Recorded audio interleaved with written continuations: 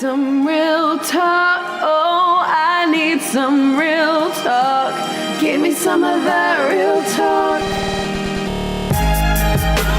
Today's Real Talk, the show focused on North Carolina real estate. Justin Ckezepis, Claudia Ogrizek of Compass Real Estate. Another week in the marketplace, ups, downs, highs, lows, sideways, reverse, all the different ways you can ride the market.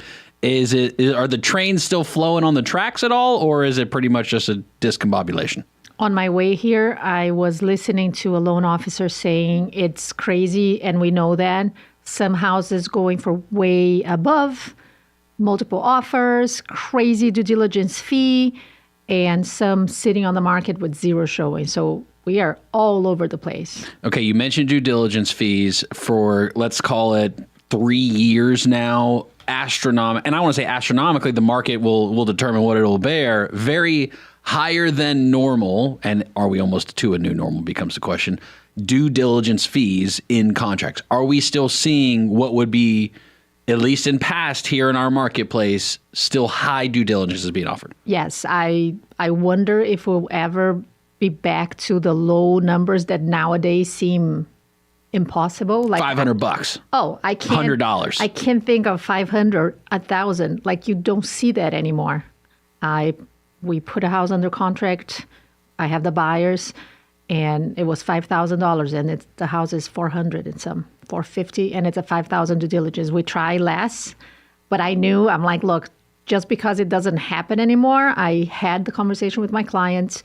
Of course, I always say it's case by case. So we had looked at the house. We kind of knew what was coming in terms of repairs. And I'm like, you have to be ready for it because they don't have houses in North Carolina are sold as is. So I'm like, they don't have to do anything and you have to be aware of it. But yeah, $5,000 easily.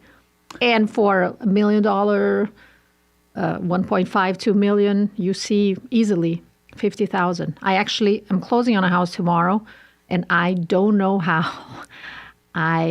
It's a very nice house, and I made it happen with 15,000. I never thought sellers would take it. Wow. For the price of the house, I think it's pretty low post-COVID prices. I mean, I know I've been out of the residential game for a minute, but my gosh, 15,000 on due diligence. I mean, I literally think of the days of $100, $500, $1,000 on due diligence. And again, there's no set number. It's all negotiated. Every single transaction, every single deal, just like compensation always has been.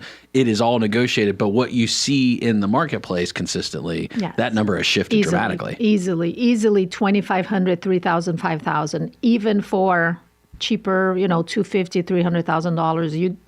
I don't see like 1,000 anymore, unless the house is falling apart. You don't see that. I think 25 is low due diligence fee nowadays. So that must mean that buyers are coming to the table with the ability to have some cash, because I think that's the other thing, right? Because if you think about an FHA loan, you think about 100% financing on a VA product or a first-time homebuyer product, maybe at a credit union. There are not a lot of cash flowing at the table between the parties to make that happen. Do those deals still exist for those buyers that are cash strapped? Yes. Yeah. It's all negotiable. It's the beauty of having, and I was driving here thinking, like, you need to have two agents. I cannot imagine one party not having someone who understands everything about the deal, trying to take care of everything. So have your agent, yes, because you can do it even if you're short on cash, because you have an agent that knows how to move things around to make it happen for you. And here in North Carolina, right, kind of having a different, a specific requirement as far as agency goes, as far as representation, buyer side, seller side. You can have designated dual agent. You can have sub-agent. There's other things that are allowed, but transactional brokerage not being one of those things we see here in North Carolina that other states do, meaning you have a neutral party, in essence, quote unquote, that just helps both sides get the deal done. From a true representation perspective, North Carolina doesn't have that. No. You could kind of, like, if I'm the listing agent and we get an unrepresented buyer. You still can't represent them, though. That's the key. It's unrepresented. So all I would do was type whatever the offer, which again makes me think, how crazy would you be as a buyer to not have someone who understands everything. But the help reality you. of the market is that people, as far as commissions go, thinking they're getting a better deal, they can do it themselves as if that's the way. And since whether that's right, wrong, indifferent, upside down, backward, any of that, it is a real thing in the marketplace. But from your perspective, as the agent, as a broker in the transaction, whether you're representing the seller in that transaction, or maybe you're representing a buyer going after a for sale by owner, do you feel like you end up doing double the amount of work in most of those transactions? Or no, is it actually better because, hey, guys, guess what? You got the best representation. They don't have anybody. This is smooth sailing? Or how does that usually play out for you? Of course, you end up doing more because, of course, if one side is not represented, you kind of have to type stuff and send them to be signed. Do you have double the work? No, because you're not helping the other side. So you work more, yes, but it's not double the amount of. But I just think it's crazy. Ethically speaking, I don't like it. I've had it, but I was almost begging. I had, let's say, a listing, and the guy came saying I'm unrepresented, and I'm like, please talk to someone. Please have your agent. And they're like, no, I'm fine. And my clients say, hey, make all the commission, get all the money. We're fine with you. We trust you. I felt bad, and I begged the guy not to, to hire someone. I said, if you don't know anyone, they were coming from New York. I said, I can give you some names. You can call them. And they were like, no, we're fine. I think it's crazy. But it does happen. And I do know people think that sometimes they're saving money, which is not true. That's the perception. That's the perception, which is wrong. I've had a client, I don't know if I told you, he wanted to sell his house. I knew about it. I knew it was coming one day. And then he said, look, I'm going to try to save commission. I'm going to try to do a for sale by owner.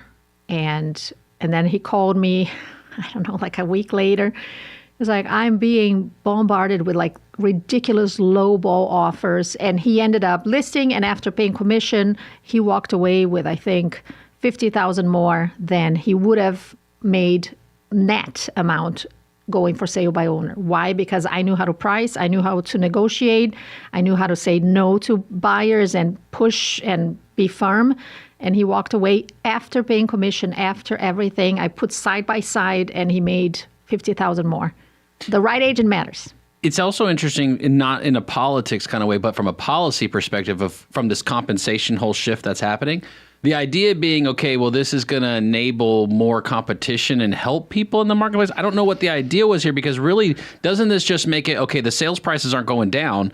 The sellers are just paying less expenses at closing. And so in theory, the coverage of that difference is just going to go to the buyer and increase the buyer's expense overall. I don't know how there was ever an idea that as if this would actually help lower home prices. And I don't know, maybe that wasn't even a goal. Maybe I'm making that up and just assuming that that's always on everyone's forefront of their mind. But and in my mind, it's not even that, because again, market value always included some kind of commission that is negotiable. Sure. As the market is holistic. It's there. Not one specific piece. So it's been there all the time.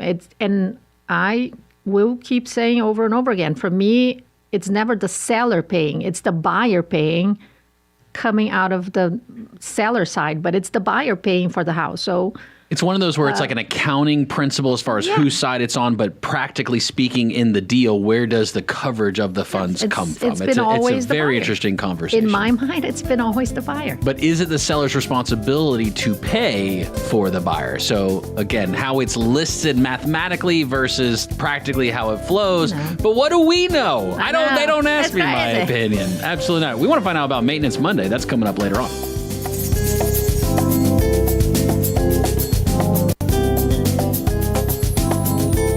Today's Real Talk, the show focused on North Carolina real estate. Justin Ckezepis, Claudia Ogrizek of Compass Real Estate.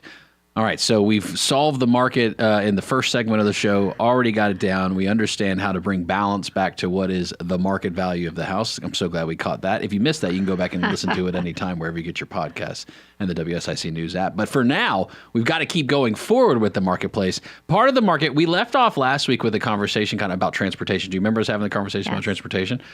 So the red line, the vote is coming up soon with the city of Charlotte. That's a big deal, right? Kind of this levy of a sales tax to pay for a mass transportation option, because there's multiple that exist. This is one specific option, though there's some subjectivity as far as the final mode of the transportation. What do you think? You think it's worth it? Do you think it's not? You have a take on it? I don't know if we've really like talked about it personally for you. We have not, but I don't know. I come from a large city in Brazil that is extremely famous for having, for its size and everything, an amazing transportation system that's connected, so you can pay one ticket and go anywhere. We've always invested a lot of money, and in Europe the same thing. I'm from Brazil, if you are not aware, and I do think it's very important to invest. So because of my experience growing up in a city that always invested tons of money on mass transportation, I do think we need it. We do need it here. Not only in Charlotte, everywhere in the United States, every large city needs it. So I'm for it because I see it, how it works in my city. And for clarity, City of Charlotte will be taking up whether or not to purchase the rights to the railroad line of Norfolk Southern in a particular territory. And part of that being that what needs to happen is to go to the voters of Mecklenburg County is a 1 cent sales tax increase, proposed sales tax increase. I think it's 1 cent. I think it's 1 cent. So if that's what it takes to pay for it, is trains and railroads the right way to do it? I don't know. The future will hold it. It'll be probably over a decade if it even does go all the way through, before we see shovels in the ground. Yes. But for now, we've got to deal. And so when clients come here, and let's look from the buyer's perspective, because besides you being the queen of new construction, you're also bringing in every buyer from every outside place coming here. And as we talked about last week, because of the wages. And they're coming here. Do they say anything about the traffic? It depends on where they're coming from. So again, I have clients moving. We're closing tomorrow. They're coming from Europe. They are getting acquainted, and they're coming from the Netherlands, so tons of bikes and walkability and everything else. So now they are adapting to the car life. So it's a little shocking, but then everybody get in the car. Yeah, and then you have people coming from LA and say you complain for nothing because this is not real traffic. So it really depends on where the buyer's coming from. Okay, and then is there still that belief in your mind that Belmont is the future of the area? Do you think that that's the best spot to be? One of them, yes, 100% sure, yes. Okay. And what about price point? So let's go to, let's say, the more labor force buyer right now. Where are you seeing them having the most success in the marketplace? What is any price point? You tell me. Labor. Yeah, labor market. Are they willing to drive a little? I think most of them end up going further.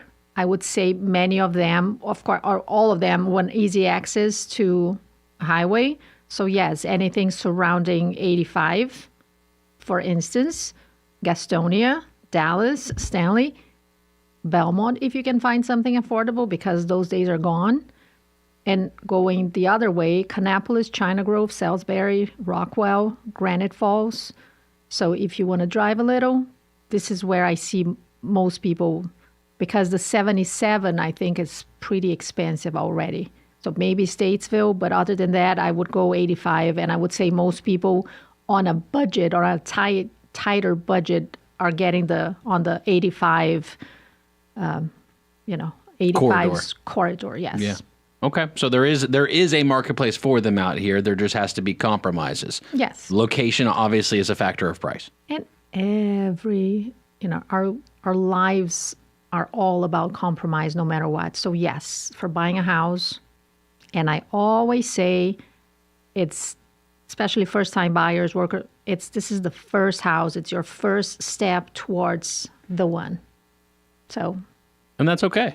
It's okay. Of course, it is super okay. And then what about sellers right now? Are they the ones still dominating, having the most success in the marketplace, would you say? The what? The most success. Sellers in general, as far as in a transaction goes, if you're on the sell side as compared to the buy side, you are still at a strategic advantage in the marketplace. If you're doing the right thing, yes. You have tons of power if you are doing the right thing. And what do you mean by the right thing? What would that include? Hiring me as your agent. Number one. Preparing the house. and I know I'm repetitive, but I know I'm super happy, and I want to talk about it later. Okay. I know I'm helping many people and teaching, because if your house is well maintained, it looks good, and it gives the buyers this sense of like, I'm buying a good product. You sell quickly, you get multiple offers, and you move on with your life. So a quality buy is what buyers are really seeking right now. That I guess would be the most popular sector. If you would, a quality house is the most popular sector. When I hear the thing about some houses are getting multiple offers and some houses are sitting on the market, I do believe, of course there are exceptions, but I do believe it has a lot to do, not only location and pricing, of course, but condition of the house. Buyers are sick of being abused. That's all. So give them a nice house with a fair price, and you might get multiple offers and sell for way more. I mean, it's just smart strategy. One of the areas of abuse, I think that at least based on from the reports from the Real Estate Commission that are coming out as it relates to those making complaints against real estate brokers, has to do with material fact. Are you seeing any consistent issues in the marketplace, right? That be house goes under contract. This is a typical scenario, again, completely hypothetical. House goes under contract. You see that it comes back on the market now. You wonder why. The assumption likely being it went under contract, it had inspection, it fell apart because of what was found as far as the property goes. Are you seeing that in the marketplace a lot? No, not a lot. No, not a lot. And I wish there was a change. And I'll go back to the commission thing and not being on MLS, which I never saw as a big problem. The opposite. I think it should be public knowledge. If that's the problem, show it to the public. Make it one of the public information about the house, one of the fields for the public, and not remove it from MLS. But the material fact inspection, the back on the market, that's the thing that I think should, because every single house that you see back on the market, it's never the seller's fault. It's always the buyer changed his or her mind, the buyer whatever, the buyer financial fell through. I know it's not true. I've seen houses that my buyers walked away with go back to the market without ever mentioning material fact, without just saying, buyer changed his mind. And I knew it was not true.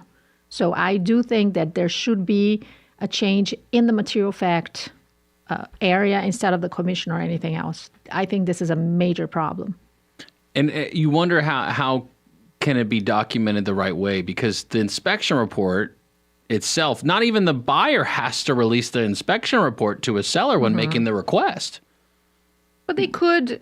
I mean, I know it's hard to, but a house, let's say, and I know many people wouldn't be happy with it, but let's say every house that goes back on the market, and yes, it is a risk you take, has to have an inspection done by the seller and posted on MLS. So full disclosure of it. Full disclosure. So then okay, so the buyer changed, something happened. It was not the seller's market, but make it full disclosure. This is the inspection, and you make your own decisions. Too much transparency. My gosh, calm down, why don't you? If you're talking about our market and everything that people think agents do or don't do, so make it transparent.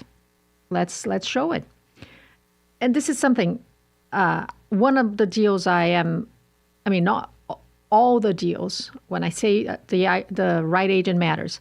I have a few deals. Some agents I'm dealing with are okay. Like they're not bad, they're not good, they're like barely doing whatever, it's fine. But some are great. And I wish people understood the difference it makes when you have two great agents working together, because we are working together to make our clients both reach the best possible goal without, being fair, working hard, and again, the right agent matters. By the way, I think it's so cute. The past few days, I have clients, previous clients, current clients that tell me something or think of something or do something in their house or realize, and they text me, the right agent matters. It's so cute because they understand. I love it because do we have time? Did I show you sure. this? What do you got? This is something I have on my computer screen. to remind me why I have my Instagram account. Oh. It's to educate, to inspire, and to help. Oh. So That's so sweet. And to be funny every now and then, but these are my 3 main things, and I put it in front of my computer screen so I remember that. Like when I post, yes, sometimes I post something funny or whatever, but I am there to educate, inspire, and help.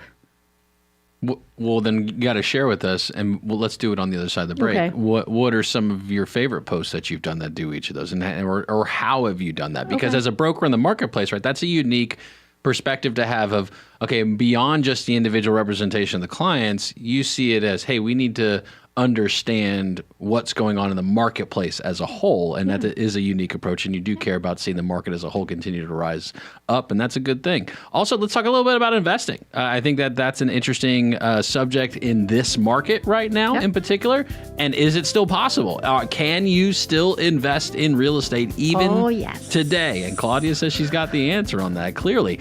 Also going to have Maintenance Monday coming up. Stick around.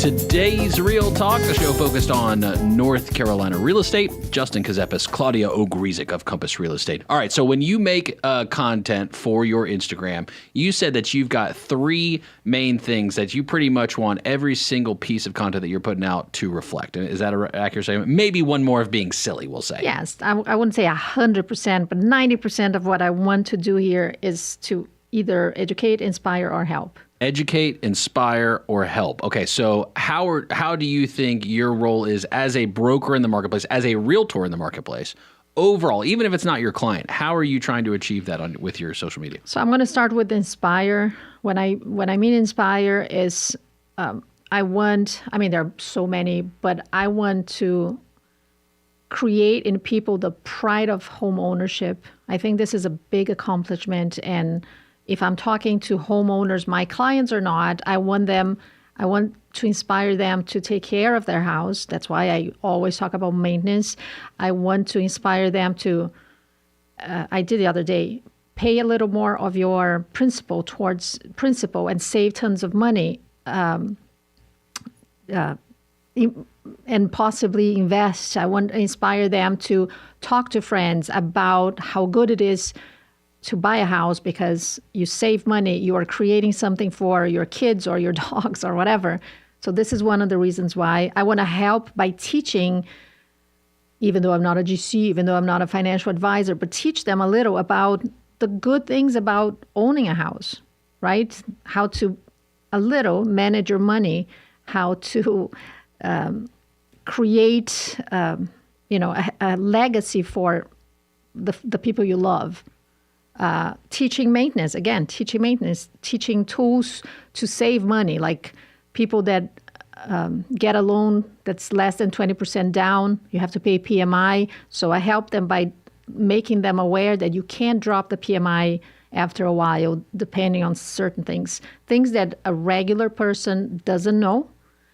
And even if a buyer or a seller, it doesn't matter, heard that at closing, or they will forget because it's not part of the everyday life. So of course they forget. So I'm on my Instagram talking about different things every day, so people learn, get better, and get inspired to either buy, invest, take care of stuff, think of their kids. I think one thing that I think is pretty genius is, instead of, what is the name, 509? What is the 509 thing to send kids to college? 529. Buy a house. Buy a small house. Start paying it off. Get rent. Not financial advice. Not financial advice. It's just, maybe think about it. Think about there are options that exist when it relates to investing, yes. So, and the styles of. I actually know somebody, and there was an account I was following on Twitter for a long time, a guy who was only in the space of buying rentals at colleges. That was his sole focus, was going for kind of a student housing, if you would, was his big thing. And he really was excited the day where he had a unit that he owned that was at the college where his kid would go, and then that was a way, because of the cost alone of lodging, that it almost made up the difference for the cost of the college. And so that was an amazing concept right there. Exactly. And I think this is I'm not a financial advisor, but I think it's a great option that people many times don't realize. So I think because I do it and because I have clients doing it, I do have clients that are buying near college campuses around here. I think it's pretty smart. It's getting expensive even for the colleges for rent and things like that. But that being a form of investment. So let's take it back a couple of years to where the wholesale buyer was just dominating a lot of the marketplace right here, because you had a lot of sellers, people who didn't even really consider selling, but they were being marketed to sell extremely hard. Like, I mean, multiple times a week receiving letters from these people and offers on a single piece of paper and a letter in the mail and sellers signing it, right? And that's really happening. Are we seeing a lot of the wholesale buyers and wholesale deals still? I think, yes, too much for my taste. Great for investors, people that have cash, but it breaks my heart to know that sellers are not aware of the potential of selling on the market with an agent, making way more money. So they get the letter, they think it's awesome. They don't realize they have options and that they could potentially make way more money on the open market. But yeah, I see it happening. I get the letters. I'm sure you get the letters, everybody. And I think it's important. Going back to talk to an agent. I always say talk to an agent. Check who, and even it's not just a agent. Talk to an agent. Ask for numbers. Ask for production. Make sure you're talking to an actual high-producing agent, not someone that sells one house every 2 years. I saw the other day on Instagram someone saying, "Oh, I'm a top producer," because I was top producer at Compass in July, and I think I'm going to be in August. I'm pretty sure. But anyway, and I saw my toxic trait. I played on MLS to see. And it was a small firm, very small. So the person actually had sold, $300,000. But because the firm was so small, the person was a top producing agent. Not really. It's just because the firm was super small. And actually, this is why I don't know if we ever had the conversation on why I moved to Compass. Did I? Never? I feel like we discussed it why you liked Compass as far as the firm, the principles, and the concept of I don't. Maybe you did, maybe you didn't. Yeah. Do you want me to? Sure, I would love to hear. So last year, when I was still with my previous firm, every firm has the end of the year celebration to give prizes to the top producer. And I had been a top producer in my firm for, I think, the past 3 or 4 years. And then one day when I arrived, these 3 girls, agents, came screaming at me as if I was a famous person. And they're like, "Oh my God, I can't believe that we're meeting you in person now." And I said, "I think you're talking to the wrong, like it's not it's not me." They're like, "Yeah, are you Claudia?" I'm like, "Yes." "Yeah, it's you." And taking selfies. And I'm like, what is going on? I thought it was a prank or something, like Kevin set you up on something. Yes, it's the way. And I found out that no, they were excited. And it kind of like, I know I sell a lot, but for me to have that kind of reaction or get the reaction. So I started looking at numbers and checking. And then I'm like, okay, yes, I am a top producer in my firm, but where am I in bigger firms with?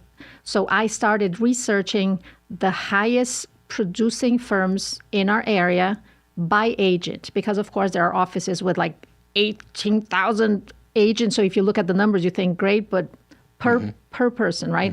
So I started doing the calculation, how much this firm is selling divided by the number of agents and who has the highest average and the highest number of agents, top producing agents. And then I got to 2 or 3. Compass was one of them. And then I interviewed the 3. And then I was impressed by the whole technology and the private exclusive, which is mind-blowing. And that's why I chose Compass. Wow. Yeah. And that's been a journey. It's been a journey. And I'm super happy. It's been an involvement of your journey and career in real estate, and that continues to shift like the market will continue to shift. What are some of those things and those principles that you wanted to be for Compass, and especially, I would say, firm exclusive? That's a big one. Yes. And by the way, it's pretty cool because, yes, I didn't want to be a top producing agent in a small firm. So now I've been to, and I think I'm going to be, again, one of the top producers in a high producing firm with mega agents. It's a different, now I almost feel like calling them and say, hey, now I'm ready for the set because now I deserve it. I'm actually now I'm really a top producing agent, which is very nice. I work very hard, very, very hard. So it is pretty good. And yes, the private exclusive thing, as you know, it might be the future.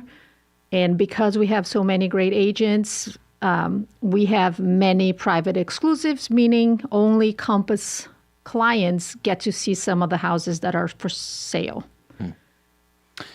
Future of the market is just one of the many things we do here. The other thing we need to do is make sure the future of the house itself, the physical house itself, is maintained. So in the future, when you go to sell it, it can actually keep going up in price like the market is. Now, it doesn't always go up in price. The market doesn't always go up in price. You can't say that. But over time, right? Yes. Over time, it will. If you're looking at real estate, well, you need to have that asset taken care of as well. And that's Maintenance Monday. We're going to look at that coming up next.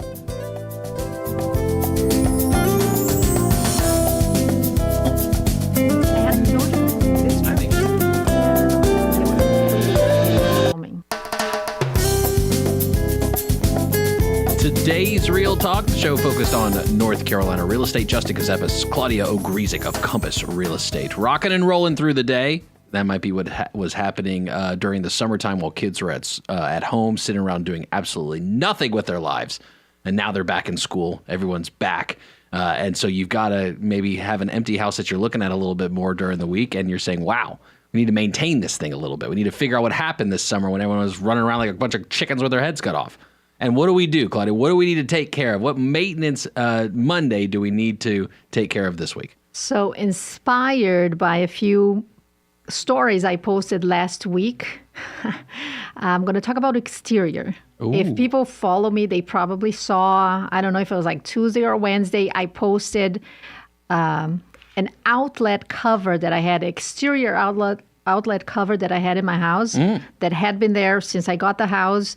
And I finally decided to remove it because it was not covered. It was a fake exterior outlet thing. Mm-hmm. No outlet, no cord, nothing. It was like just an empty outlet thingy with like 28 oxidized screws. Sure. So I removed them. I posted that. And then actually I spent the rest of the week doing little things to show the exterior. So inspired by what I've been doing the holiday, the Labor Day, let's talk about exterior. Take care. And I know I talk about it every now and then, but make sure you seal any holes. You eliminate any wood rot in the structure, decks. Again, not only because of me, but I sold a house not long ago. All the spindles were rotten and the steps were rotten in the deck. And it was not an easy transaction because, it was there. It was not good. Yeah. Carpenter bees destroying the fascia. So take care of your house. Go around, take a look. And if you don't want to do it, hire a handyman. Do it before it gets to a point that you are going to spend thousands of dollars instead of a few hours and a few bucks. That's all. Exterior is one of those where you're not looking at it regularly. You're not out there running your hand along the wall and checking the perimeter. And some people do, but for the most part, especially for, newer home buyers or people who are just busy seasons of their life, and you've also got this pesky stuff called like shrubs and trees and bushes that start rubbing up on houses and everything like that, right? Like that, yes. They get a little close, a little freaky, and you gotta chop them up. And I've talked about it, but again, everything, like don't let the bushes covering your house. I had clients that were having so many issues, and they were talking to me, and I'm like, let me come to the house and see it. And they had overgrown bushes, so the sun couldn't dry the house, so they had a super wet crawl space. And I said, guys, probably all you need to do is trim the bushes and take them from the house a little and the problem was pretty much solved by doing something as simple as trimming the bushes and letting some sunlight kind of dry the house. The other thing, you got to be careful of carpenter bees. Yes. You got to be careful of the hornets. You got to all of those, the critters, the rodents, all of the animals that also come with really trying to, because just the natural way of animals in nature is they want to find a home, and they've got things built into that they're doing. We have these carpenter bees in the backyard, literally actively. When they say carpenter bees, they are drilling holes, and they can. Yes. It's amazing. They make actual and a perfect hole. Yes. It's like a perfect circle, too, the way they do it. And this is, again, my Instagram. That's why I post every now and then, and I am repetitive, but every now and then, take a walk around the house and look at it. It doesn't have to take hours and hours, but every now and then, go around, they do make perfect holes. It was impressive. Or the branches, the bushes, if they're touching the house, like the roof, squirrels can come, and you do not want to have squirrels in your attic. It costs tons of money to have them removed. They will probably pee on your insulation, so you might have to replace the whole insulation. Don't take small steps like trimming trees, not letting the trees on top of your roof. Things that cost nothing that can become a very expensive and painful, because if they pee on the insulation and it goes through the drywall, you have to redo the insulation. You have to redo the drywall because it can cross your ceilings. So something simple, trim the branches of a tree, become thousands of dollars and a headache. So maintenance, and it does not have to be hard, but yes, you need to go around and take a look at your house every now and then. That's one of the many things of owning a house. Utilities is also a factor. And by the way, can I just say, Sure. If you're my client, this is where I draw the line. Now So you get yelled here, no, if you are my follower, please feel free to send me messages, ask questions. I will always be open to answering anything, but only for my clients. If you want me to come to your house to yell at you and see, I'm not an inspector, I'm not a GC, but I can recognize some things and maybe say, hey, it's time for you to just text me and I'll come. Make me some coffee and cake and I'll stop by and I'll kind of at least tell you, look, I see some things, get a contractor. Costs and everything have gone up astronomically, right? We've talked about that with housing every single week. We know that when we go to the grocery store, when we go to buy products, it's also happening. Utilities. I am curious to hear your thoughts. Has there been any discussion from clients as far as cost of utilities and then the transferring of utilities? Because sometimes I remember some of the closings where it would be like, well, is it, Duke Energy or is it somebody else or who's servicing the unit and all that? And there were some times where a broker didn't even know what the utility companies were. Do you run into that? Kind of talk about utilities overall and some of the things maybe you're seeing or hearing or anything these days. I'm not saying you wouldn't know what it is. That's first off, I am not implying that you would not. Do you know me at all? So what, you look it up, Yes. even if you're the buy side, what are you looking it up before you're talking to the seller? Of course. Why am I not surprised? I love it when the listing agent provides the information, but do I look for the information? Do I send an Trust email but with the verify. links? Yeah, of course. Actually, after I'm leaving here today, I'm sending it. I find out what are the utility. I ask the listing agent, but many times I get no response, and I search for it. So I deliver to my clients to make their lives easher. So this It's pretty easy if you know it's not complicated at all. I think the hardest one it's not crazy. It's Piedmont gas. That is a little slower than the rest, but it's not bad at all. Nothing is bad. It's pretty. Okay. To transfer to start a new, it's not bad at all. And cost, I don't see anyone complaining. Sometimes they ask me, but to see or to know or to tell you that people have been asking about them, no. I think the homeowner's insurance is something that kind of got much higher than usual. So sometimes my clients do ask me, when they are getting ready to close and getting a quote, they ask me, they call me, hey, I got $1,500. What do you think? So I'm kind of learning that people are a little concerned about the amounts of homeowners insurance. The premiums is definitely a conversation. We're seeing that across the rest of the nation. We know Florida has had really high rises, double-digit percentage rises. It seems like some reports out of California, Allstate particularly just released a report in recent days. I want to say upwards of some cases 30%. Some they were disclosing are going to have a 600% premium increase. So being aware of that in the other marketplaces, a lot of that coming down to policy. Insurance is very, very regulated. But at the same time, when there are catastrophic incidents and these insurance companies have to cover the cost, well, this is the way then they're going to see premium increases, and that's certainly factor natural disasters included. Yes. But other things like maintenance and taking care of and having good bones of a house, let's switch over, new construction queen. Mm-hmm. What's going on there? Anything on the rise in new construction that's got you excited, or is it still the when it pops up or you get notice about it, builder, when you releasing the lots, there's a laundry list of people waiting? What's kind of the sentiment across the board? It's pretty much based off school. So the schools where everybody wants to go, we still have lotteries, we still have wait lines, we still have highest and best. So if you want one of the known as the great schools, get ready to bid, go crazy, or pray if it's a lottery. And in not so sought after school districts, then it's okay. You can get deals, you can get closing costs, you can get low interest rates. It's pretty cool. But you have to be open not to be at the famous schools that people want to be in, which is kind of natural, I think. One of the big conversations I think of over the past 10 years in new construction, energy efficiencies. Yes. And a lot of incentives or a lot of people wanting that kind of stuff. Most of that having to do too with some federal policies and some rebates and some tax incentives, right, for builders that were willing to do it. Are you seeing a lot on energy efficiencies at all these days?